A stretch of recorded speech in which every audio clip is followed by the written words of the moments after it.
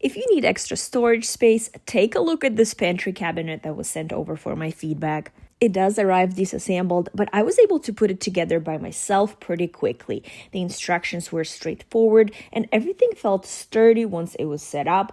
I also like that it sits on legs, so it's slightly elevated off the floor. It just makes the whole piece feel lighter and a bit more elevated design-wise. Right away, one of the first things I noticed is how beautiful it looks. It has this clean shaker-style design. And honestly, it doesn't even look like metal at all.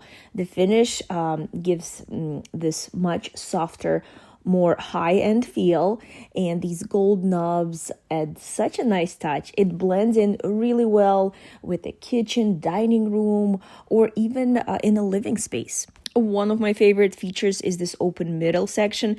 It's the perfect spot for a microwave, and there's even a built-in hole in the back for cable management, so you're not dealing with messy wires. You can also use this surface for a coffee station or everyday prep space.